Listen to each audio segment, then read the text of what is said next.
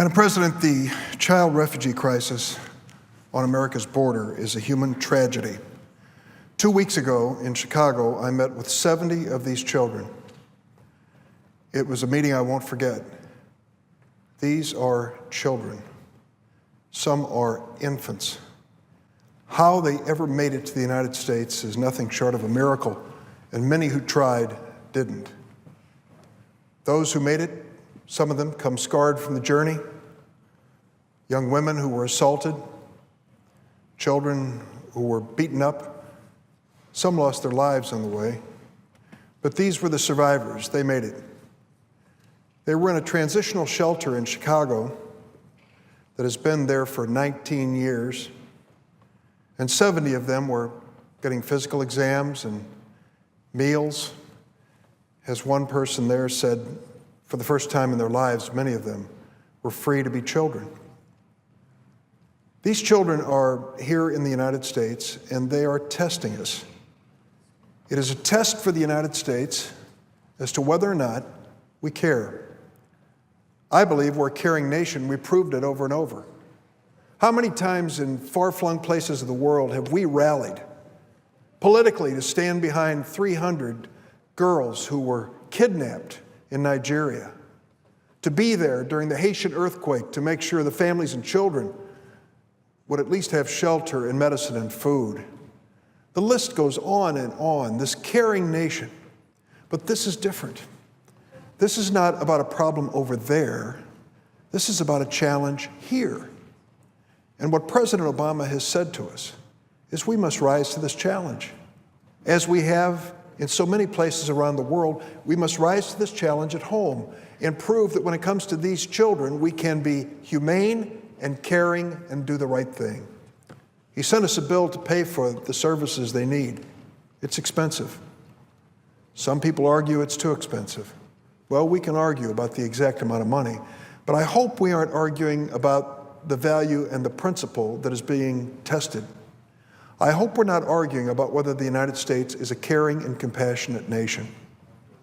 I just left a meeting with the presidents from 3 Central American countries that are responsible for 80% of these child refugees: El Salvador, Honduras, Guatemala.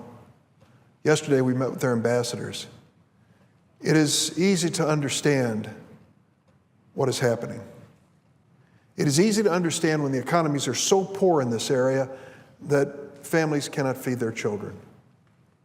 It is easy to understand when the drug gangs are so powerful that these children are being threatened, exploited, raped, and killed. It is only then that in desperation, some member of the family says there's only one chance. We send you to the United States. Putting these children in the hands of coyotes and smugglers who take them on a journey that doesn't last hours but days, 2,000 miles. Imagine a mother taking her child to the freight train, this 12-year-old boy, watching him climb up the ladder on the side and hang on and say, "You'll be there in 4 days." Can you imagine that? Can you imagine the family in Honduras, before they send their young girl on this journey with the coyote, they give her birth control pills in anticipation that she'll likely be sexually assaulted during the course of that journey? How desperate must that family be? That is the reality of this human child refugee crisis that we face. The president has said we need to do several things. First, we need to tell these countries, don't send these children. It is too dangerous, and when they arrive here, they have no special legal rights to be citizens or stay here. We need to get that message through loud and clear. Do not send your children. And the countries involved, Honduras and El Salvador and Guatemala, are joining us now in getting that message out. Secondly, we need to start apprehending and prosecuting these smugglers, these coyotes.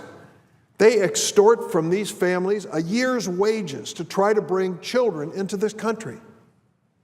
Now, some of these children are teenagers, most of them are, but many are babies and infants. 5 women walked into this dining room at this shelter carrying newborn babies. All of these women from Honduras, all victims of rape, they had gone on these buses for 8 days to bring these newborn infants to a safer place so that they might survive. I'm heartened by the fact that religious groups all around the United States have rallied behind these children. I'm proud that the Catholic Church, which I associate with, occasionally they associate with me, but I'm proud that the Catholic Church and the bishops have spoken up on this. The evangelicals were one of the first groups to come forward and say, we've got to do something for these children. Even some of the most conservative political commentators have said, first, America, show your heart that you care for these children. And that's what the president is asking us to do. So let us take care when we consider the supplemental appropriation bill that we don't lose sight of our values.